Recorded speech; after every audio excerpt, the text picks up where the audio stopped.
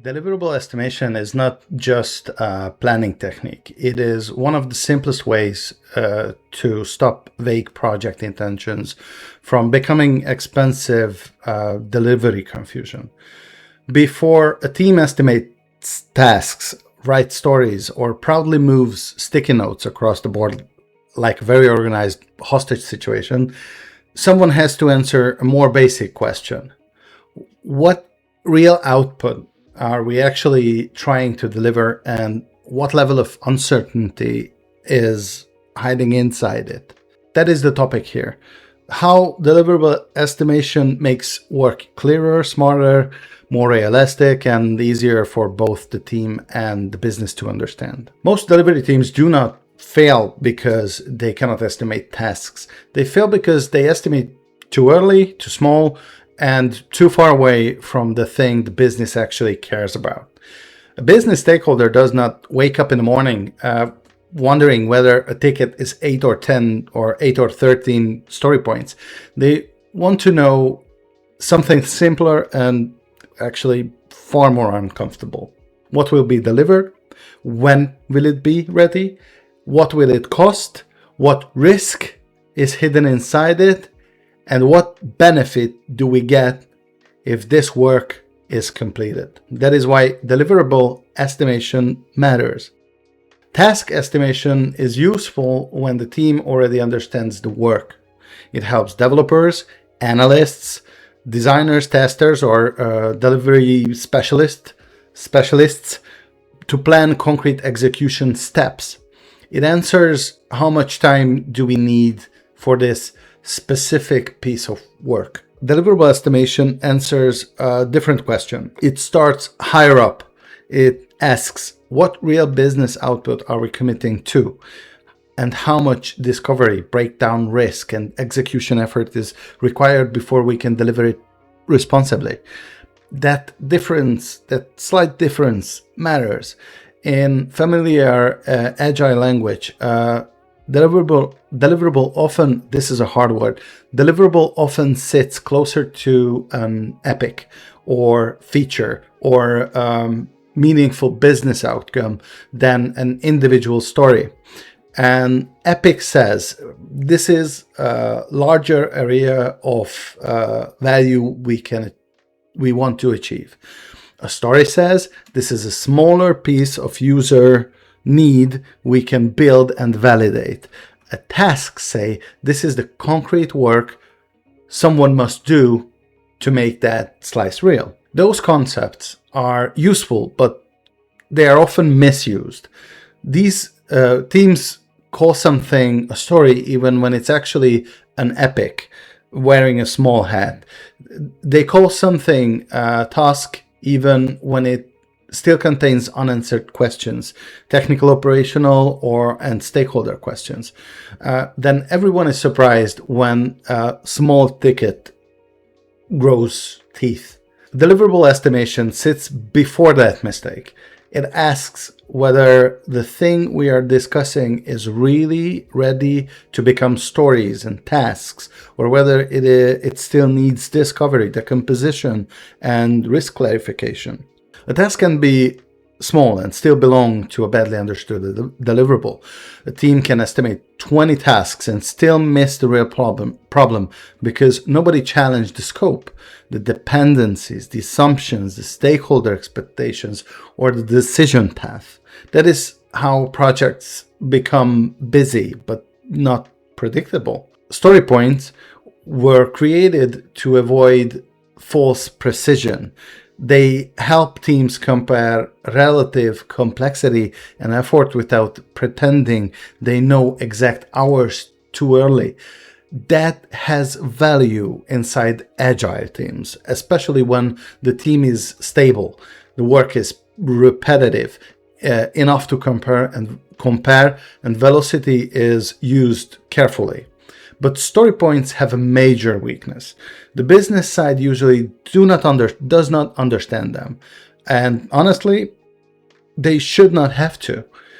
A stakeholder understands work hours, output, cost, benefit, timing, and risk. They understand that 8 hours means roughly a day and a bit of focused work. They understand that a deliverable estimated at 60 hours is not a small change. It is a commitment that needs structure, priority, and probably adult supervision. So instead of using Fibonacci numbers to estimate abstract complexity, I use the same principle to estimate reality and risk in hours. Not fake precision. Not this will definitely take exactly 13 hours and 7 minutes. That would be absolute nonsense wearing a spreadsheet. The point is controlled sizing. Deliverable is assessed against what is actually known and what is uncertain. What could block progress and what needs discovery, what must be clarified and what must be broken down before execution can be trusted. Hourly estimation is not just a promise of labor, it is a discovery tool. Before we commit, we dedicate time to understand the deliverable, deconstruct it into tasks, expose hidden complexity, and decide whether the work is actually ready to be planned. And there is one hard guardrail. No single estimated work should be larger than 21 hours. You might ask why? Why 21? Because 21 hours is roughly 3 productive workdays. If something cannot be understood, shaped, and planned inside that boundary, it's no longer a manageable work item. It is a container of uncertainty pretending to be a task. Anything larger than 21 hours should be decomposed. Not because we enjoy making more tickets. Nobody needs more administrative confetti. It should be decomposed because larger estimates hide risks. They hide assumptions. They hide dependencies. They hide unclear ownership.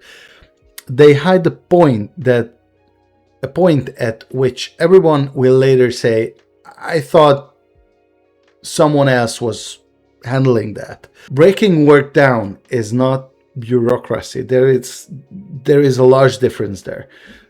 Done properly, it is risk mitigation. It's a really important term. It forces the team to ask, what part of this is known? What part is uncertain? What decision is missing? What dependency could block us? What can be delivered first? What can be tested early?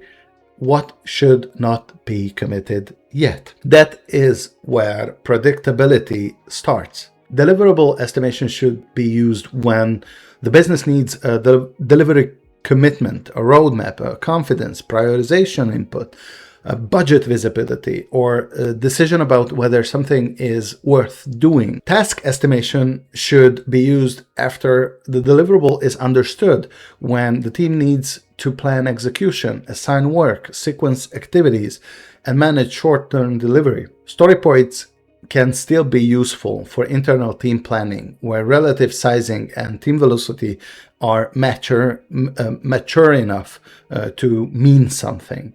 But when the conversation involves business expectation, delivery commitment, cost, benefit, capacity, or scope control, hours are more useful because they connect effort to reality.